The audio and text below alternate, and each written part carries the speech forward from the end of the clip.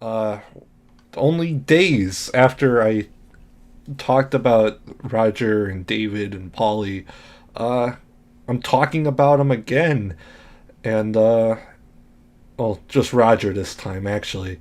Because, literally, um, after I finished the stream, I noticed something that I should have talked about on that original stream. And then the day after it, more news got announced, and then it just kind of piled on, and now there's like 8 more topics that we could talk about.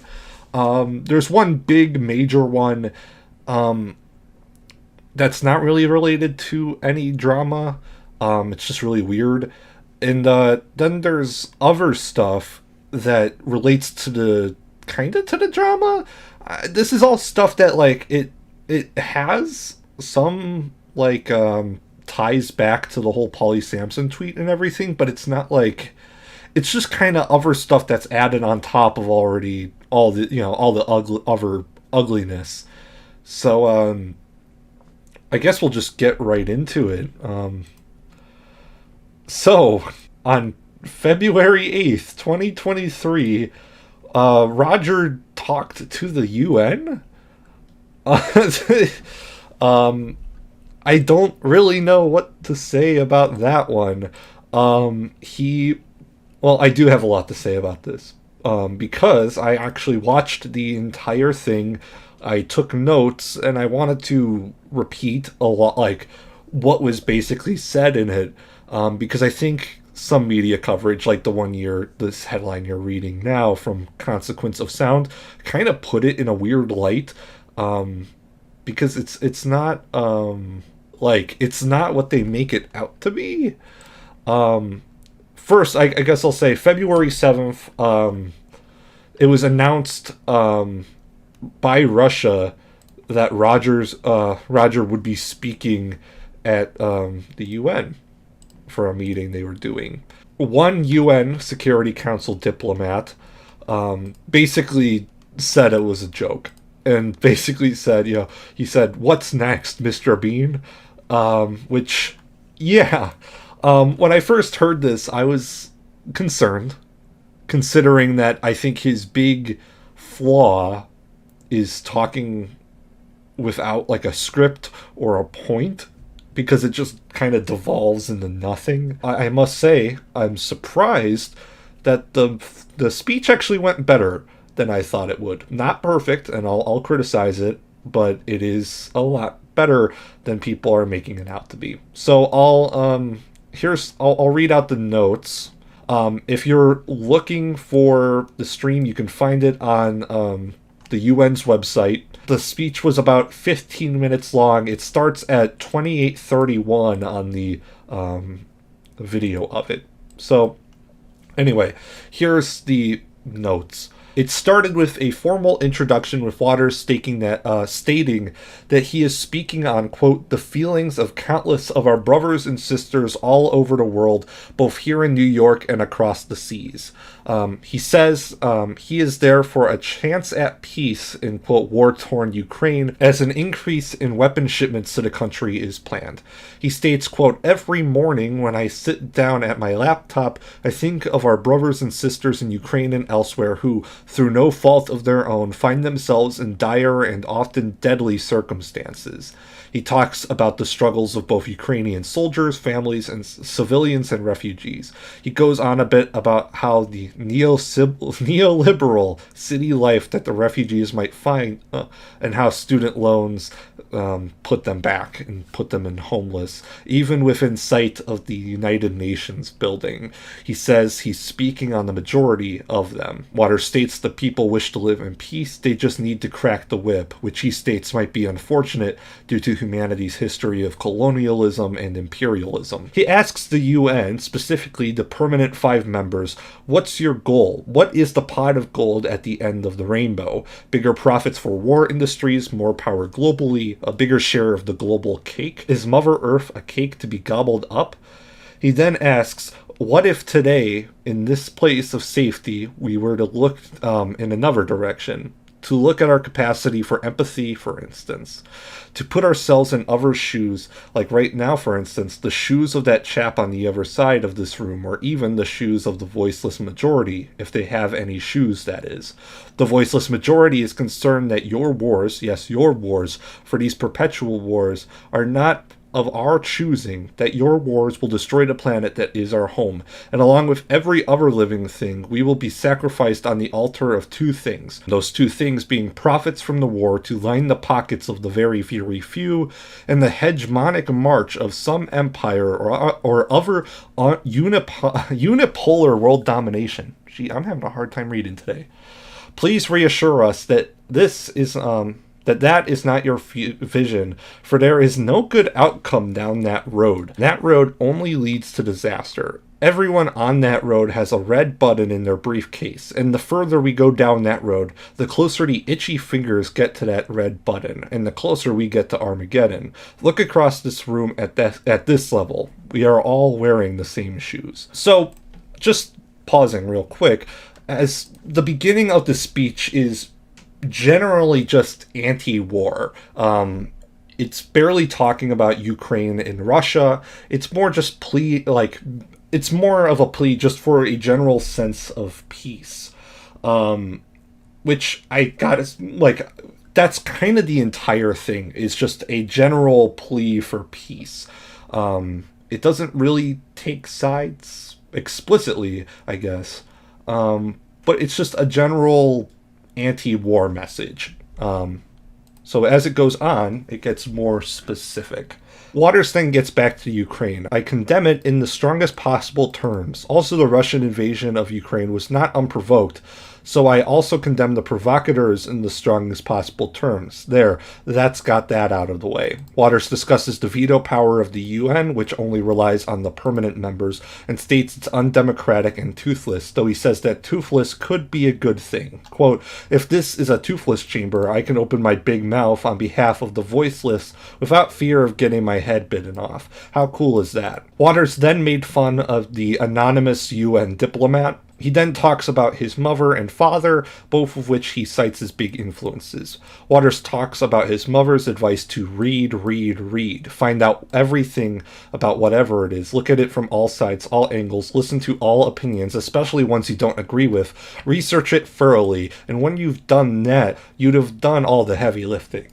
And the next bit is easy. The easy bit says Waters is doing the right thing. This brings Waters to humanitarian rights and demands universal human rights regardless of background. That includes, but is not limited to, the right to life and property under the law. For instance, Ukrainians, and for instance, Palestinians, and obviously for all the rest of us as well. He states that in war zones and under occupation, there is no recourse to the law, there is no human rights. Waters states that the voiceless majority thank the UN for listening to the speech, and that they are not interested in the war industry or in raising children to be cannon fodder. With that, Waters states the only sensible action would be a ceasefire in Ukraine, with no its, buts, or ands. Quote, not one more Ukrainian or Russian life is to be spent, not one. They are all precious in our eyes. He criticizes England's economy and the eat or heat situation as they spend money on war. On behalf of the voiceless majority and the international war movement, he says, enough is enough. We demand change. President Biden, President Putin, President Zelensky, USA, NATO, Russia, the EU, all of you, please change course now. Agree to a ceasefire in Ukraine today. That, of course, will only be the starting point, but everything extrapolates from that starting point. Imagine the collective global sigh of relief, the outpouring of joy, the international joining of voices in harmony singing an anthem to peace. John Lennon pumping the air with his fist from the grave. We've finally been heard in the corridors of power. The bullies in the schoolyard agreed to stop playing nuclear chicken. We're not all going to die in a nuclear holocaust after all, at least not today. The powers that be have been persuaded to drop the arms race and perpetual war as their accepted modus operandi. We can stop squandering all our precious resources on war. We can feed our children. We can keep them warm. We may even learn to cooperate with all our brothers and sisters and even save our beautiful planet home from destruction. Wouldn't that be nice? That is the ending of his briefing. From there, the various countries of the UN commented on it. The Russian Federation stated that Waters and the anti-war movement were rightfully concerned, before moving to their usual Russian rhetoric. A lot of the response to the statement is just kind of the usual UN statements, though I must point out Ukraine, who made a whole point about Waters, saying that he was following a totalitarian narrative, and essentially called him a hypocrite as he criticized Putin and Russia, called them fascists, while also saying he wouldn't boycott them. Like a lot of this stuff, there's grains of truth and grains of nonsense. They also seem to miss the point of the wall's Nazi sequence, but I might just be misinterpreting what they said. They also mentioned the momentary lapse of reason on Twitter, which is like, you're just shooting at your own side right now. So Waters' statement, it didn't really speak to the UN in any real way, though I don't think anybody should be surprised by that. It is... Before I say what I think about it, I'll quote this from... quote this little section, which was... this was said by Rolling Stone. Last year, Waters said he believes his name is on a kill list that is supported by the Ukrainian government. In that same conversation, the singer shifted the blame from the ongoing war from Russia to NATO, suggesting that the organization essentially left Putin with no other choice but to invade. Elsewhere in his address to the UN, Waters made some linguistic choices that arguably reflected a pro-Russian bent, like referring to the arming of the Kiev regime by third parties.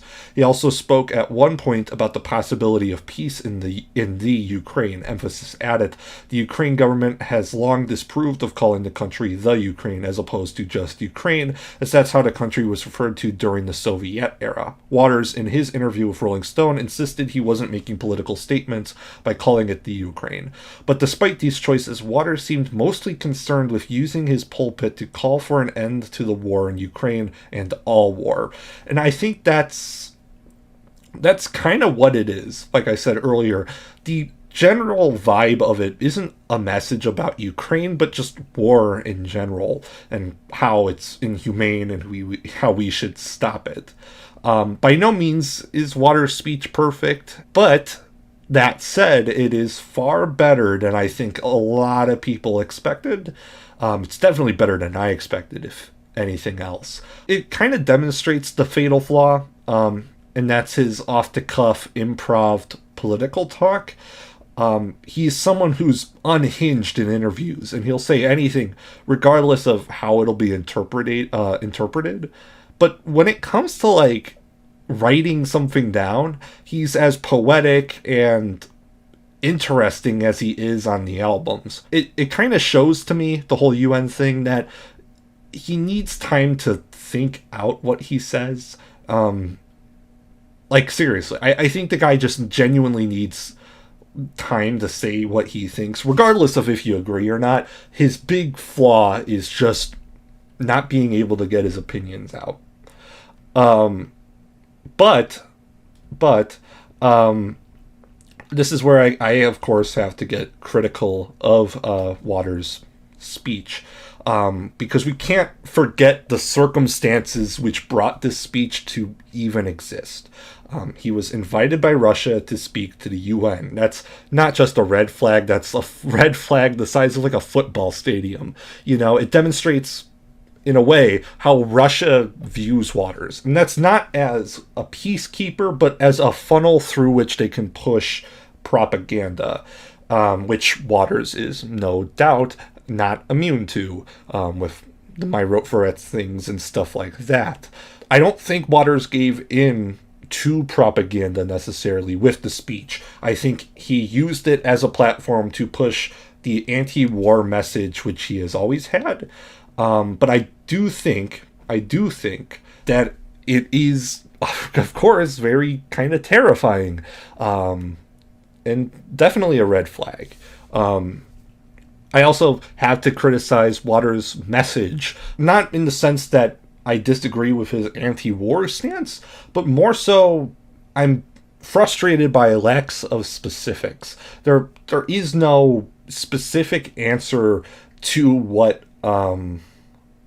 to the conflict. I mean, think like he goes on about, he'll say we can't we need to stop weapon shipments to Ukraine, but that's not a magical cure. Blaming everyone and calling the invasion illegal is also not a cure. It is also it's not an answer to the conflict. And really, what's the point of the ceasefire? And you could even extrapolate or theorize that Russian intention on a ceasefire would be to declare land ownership.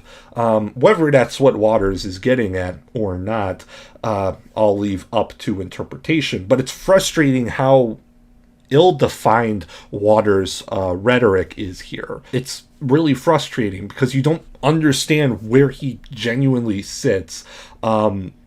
Is he really like a Russian apologist who's hell-bent against the West to a point where he's gotta sacrifice Ukraine? Or is it something different? Is it that he is a true humanitarian who is falling down a rabbit hole of propaganda, while also still being the humanitarian we all know?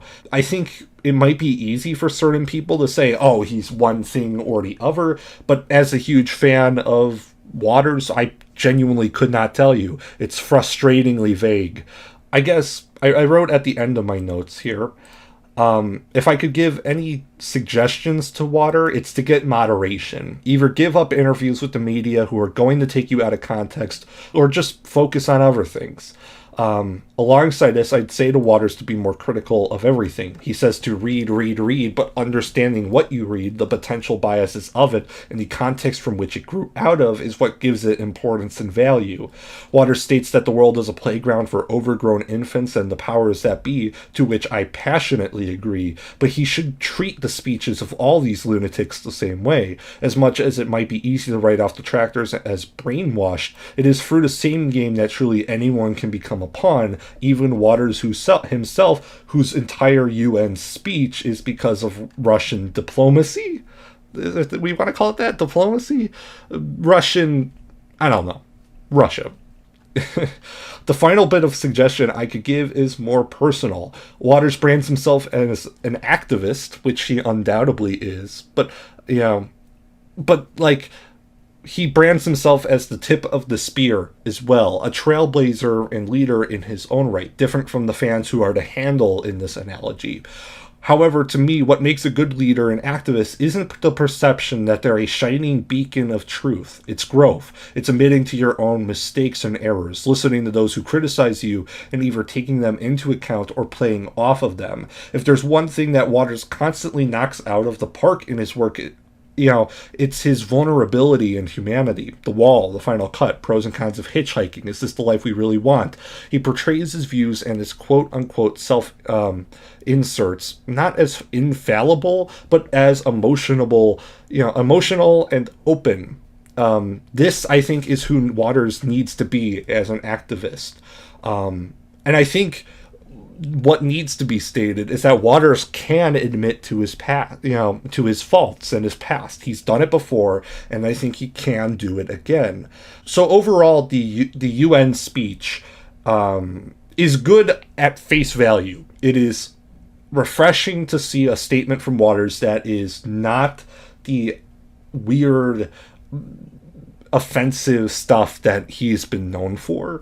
But you can't forget the criticisms of it, and you can't forget the context through which it exists. You can't separate that. So yeah, it was a fine speech. It just is a bit red flag. There's a lot of red flags to it. And he didn't help himself with some quotes in the Telegraph about Nazis in control, but I haven't read that interview, so I'm not going to comment on it. I wouldn't usually do that, but the way media handles Roger Waters, I feel like I need to read the full context of the quote to actually understand it. So I guess now we can get on to the the other controversy, controversial thing. and that is Dark Side of the Moon 2. It's not called Dark Side of the Moon 2, but it is essentially what it is. In that Telegraph article I mentioned just a second ago, and actually it goes back further, but he talks about the fact that he recorded a new version of The Dark Side of the Moon. I'm not kidding you.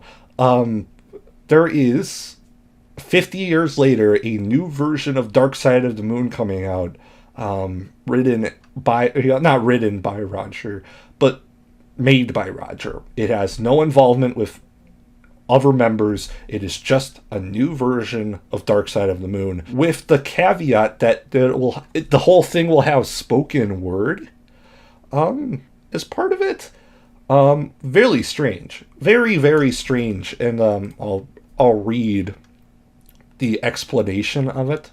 In the studio of his house, he plays free tracks from a brand new re-recording of The Dark Side of the Moon, which celebrates its 50th birthday in March. The new concept is meant to reflect on the meaning of the work, to bring out the heart and soul of the album, he says, musically and spiritually. I'm the only one singing my songs on these new recordings, and there are no rock and roll guitar solos. The spoken word, imposed on instrumental pieces like On the Run, The Great Gig in the Sky, and over Speak to Me, Brain Damage, and Any Color You Like, and Money, are meant to clarify his mantra, the message he considers central to all his work. It's about the voice of reason, and it says, what is important is not the power of our kings and leaders or their so-called connection with God. What is really important is the connection between us and human beings, the whole human community. We human beings are scattered all over the globe, but we are related because we all come from Africa. We are all brothers and sisters, or at the very least distant cousins, but the way we treat each other is destroying our home, planet Earth, faster than we can imagine. That's interesting in its own right? That there is a new version of The Dark Side of the Moon being made, and it's spoken word. It's really weird, right? But like with all unscripted interviews, Waters gets controversial, and this time he goes on to fight Pink Floyd. To read what it says here, Rogers went on to explain that his main problem with the former bandmates was that they couldn't write material. Well, Nick Mason never pretended he qualified, adding, but the David Gilmour and Rick Wright, they can't write songs. They've nothing to say. They are not artists. They have no ideas, not a single one between them. They never have had, and that drives them crazy. Which, isn't that a wild quote, right? Of course, we could start by saying what songs David Gilmour and Rick Wright wrote.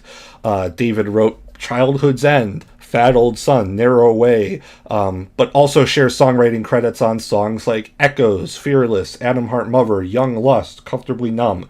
Rick Wright wrote Summer 68, Remember a Day, It Would Be So Nice, and Paintbox also shares credits on songs like Stay. Wright and Gilmour both wrote Mudmen, Breathe, Any Color You Like, but those are more instrumental, and that's where the distinction mostly centers. When Waters talks about what is a songwriter, he's talking about who wrote the song's lyrics. He doesn't really talk about the musical side of it, because I think the way I've interpreted it is that Waters views the message of the music more important than whatever the music might appeal to. This is something that I recognized when he critiqued The Weeknd and Drake, and it's something that goes back to old Pink Floyd arguments and stuff like that. Waters defines, whether you like and agree with it or not, he defines a songwriter by what they write, not the music they perform. It's all about the lyrics and concepts and things like that. Further backed up by a future quote talking about how Gilmour is a great guitarist and played some of the greatest solos ever. I saw a good amount of fans saying that Roger Waters was backpedaling with that statement, but no, people just genuinely took him out of context on that one. You see why I find this conversation so frustrating? And it makes a lot of sense when you look at it, like when you know that and you look at Waters' discography, being so conceptual in its approach. Whether do I agree with this look at what a songwriter is?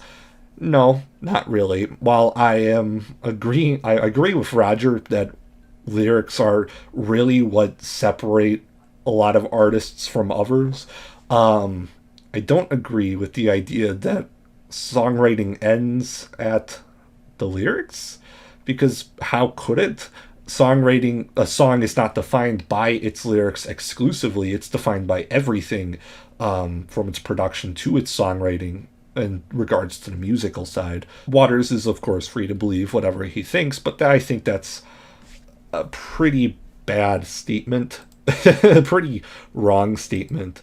In response to the dark side thing, this whole statement about what qualifies as a songwriter, some other musicians in Pink Floyd's history have kind of joined. Guy Pratt barely joined, because Guy Pratt seems like a decent guy. All he said was if Rick and David couldn't write the Saucers, would have a pretty short set. And yeah, that's true. A lot of people are asking why Sid isn't included in this, is because I think that wasn't really the argument. Sid is his own writer. And then John Caron, who was a Floyd member and then became a part of Waters' touring crew, wrote a really long response here, which I got from somewhere. I don't remember who got the photo, I'm sorry. Roger was and is the only real songwriter in the band. He wrote and writes fully formed songs, yet there were occasions when he would take a band member's chord progression and write a song over it, like Us and Them, for example. But I am telling you, as a band member and as a person who has worked with everyone except Sid, who also was obviously a writer, that Roger is/was the only real songwriter in the band, period. And he has a remarkable harmonic range. See Don't Leave Me Now, Perfect Sense, Part 1, Is This the Life We Really Want, Late Home Tonight, Part 1, even the jazz chords with Saint-Tropez. These have harmonic content that is deeply sophisticated. He never fails to surprise me with his musical knowledge. Don't listen to these idiots. There's way too much disinformation being spread by all sorts of assorted lunatics. The truth always wins. Which I agree with slightly, as a huge Roger Waters fan. Go back and listen to like Saint-Tropez, like he says, but also the solo stuff. Amused to Death is so musically complex at times. It feels close to a musical at times, with how many motifs or harmonic complexities or how he conveys ideas through music. Like Late Home Tonight, Part 1. There's this whole almost romantic, waltzy kind of section that's romanticizing the story of this pilot. It's incredible. It's one of the most picturesque moments in Pink Floyd history. But it's not to say that I don't agree, though, with the idea that Waters was the only true songwriter in Pink Floyd's history. I think that neglects people like Wright and Gilmour and Sampson. I think it's naive to believe that the only person who was ever a true songwriter in Pink Floyd was Roger Waters. It just isn't true. It isn't true in the songwriting credits. It just isn't true in the general sense. It is an egotistical thing to say, but if you're not expecting egotistical statements out of Roger Waters interviews, then you must be a bit new to all this. The Dark Side of the Moon remastered. There's a new Great Gig in the Sky. It's all right.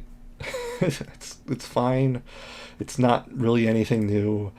Other than that, just a lot of fan reaction that I think has been really toxic and annoying and frustrating and revisionist and sexist, and it sucks. Gilmore fans love it, it seems.